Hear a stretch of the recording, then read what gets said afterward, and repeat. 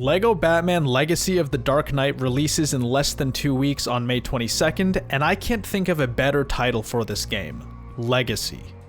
Batman has such a rich history and depth of characters and story since his inception, it feels like a game honoring all of that is only the natural progression to such an icon. You start to wonder, how and why does this hero have the staying power that he does?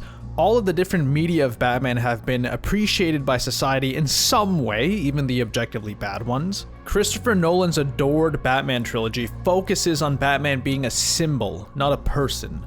If you've watched my previous content or are a fan of Carl Jung, you'll know exactly how powerful symbols can be. They carry meaning past the person and become something so much more weighty. Batman has become a symbol, but not only in the Nolanverse or any other media. That symbol is present in real life. That symbol is why there can be so much hype around a game that is honoring the legacy of that.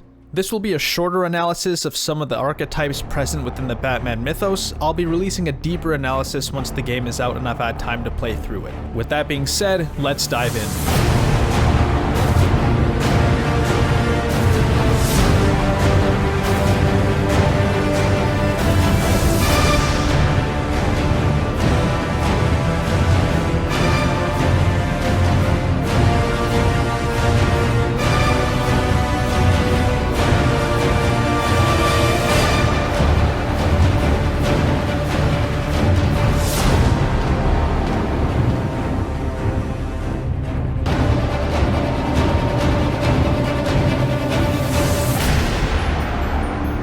We've had many iterations of Batman, but one archetype that seems obvious and universal across all of them is the warrior. The warrior is an action-oriented archetype that serves a higher purpose. The part of you that executes a plan with attention to detail and efficiency is the warrior at play. Batman's higher purpose is, of course, protecting Gotham and the innocent. The injustice Bruce faced as a kid is where Batman was born. Batman can fight the injustice that oozes from the shadows. While this core principle generally remains the same, some iterations of Batman have had his intentions be less pure than this.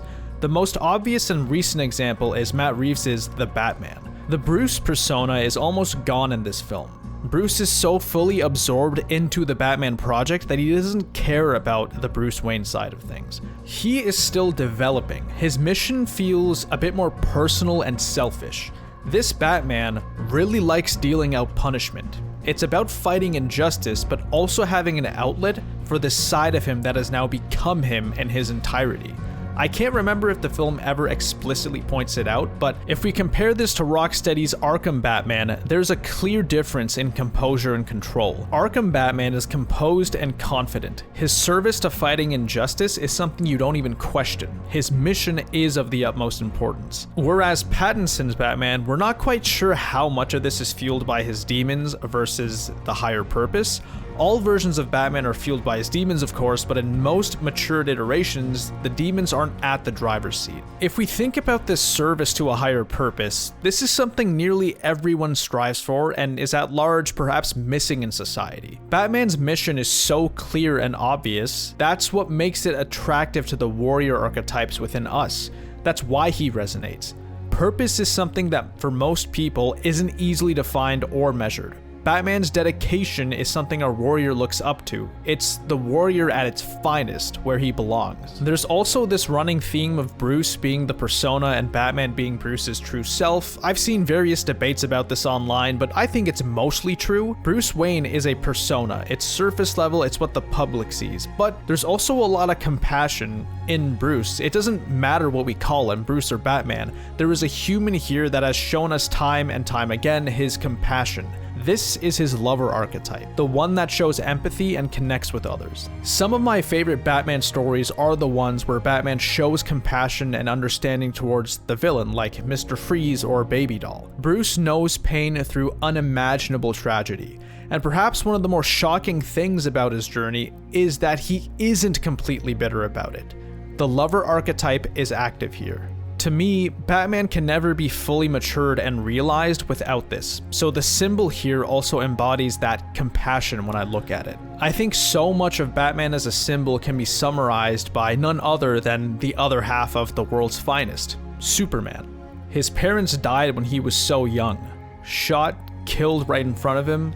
He was raised alone, a kid in a huge mansion, with his memories of his mother and father. They had love, and they took that from him. He should be a killer. He should want to tear the world apart for what it did.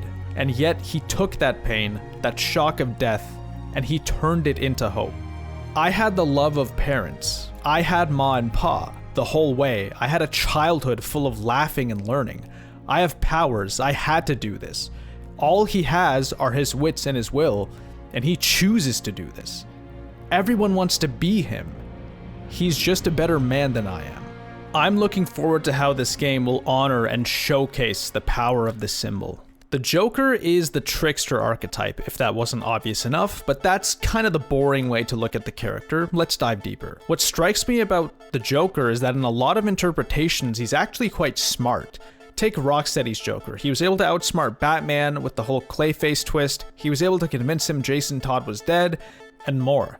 He's reckless and tactical at the same time. These traits we don't typically associate together. The Joker in The Dark Knight outsmarts Batman with the whole Harvey-Rachel twist, although I suppose that was more of a trick than an intellectual triumph, but either way, he's a step ahead of Batman. Joker can be seen as embodying the chaos that's in the shadow of many people's lives. We all feel that impulse to let loose and give in to chaos, and it's the opposite of how Batman operates. These impulses cannot be freely expressed. They have very real consequences and are probably against lots of people's moral code. At least I would sure hope so. Batman and Joker are forces of nature that capture many parts of the human psyche. That's what makes the struggle here so engaging. Joker has a level of obsession with Batman. In the Arkham series, the Joker is almost a Batman fanboy, like he really loves what Batman is in the games they play together. This series really takes this concept to a whole new level with everything that happens in Batman Arkham Knight, but maybe that analysis is best suited for another video. In The Dark Knight, the fight seems a little less personal. If Joker is Batman's buddy, so to speak, in the Arkham series,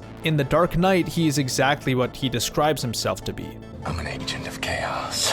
The weight of Joker as a symbol is much more powerful in The Dark Knight, I'd argue. I'm not saying this is a better version of the Joker. I personally enjoyed the Arkham portrayal more, but this Joker has a mission, and his determination is almost similar to Batman's.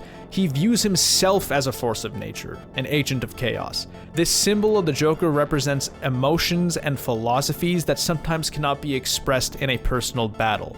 Batman fights injustice, Joker propels chaos. Two men with two missions. It's the primal forces here that make the weight of these characters so vast. It's what makes the Legacy title work. Batman has become one of the most recognizable symbols in modern day, not the bat symbol mind you, but what it represents. The weight of the struggle to be better, to fight for what's right, to empower yourself to become something greater. It's no surprise at all that this character has resonated with so many throughout the generations. I look forward to seeing how LEGO Batman Legacy of the Dark Knight handles showing all these different aspects of these characters. I'll dive into more of the villains in the video covering the full game. I personally love Mr. Freeze and Clayface, so definitely expect analysis on that and other characters. Thanks for watching.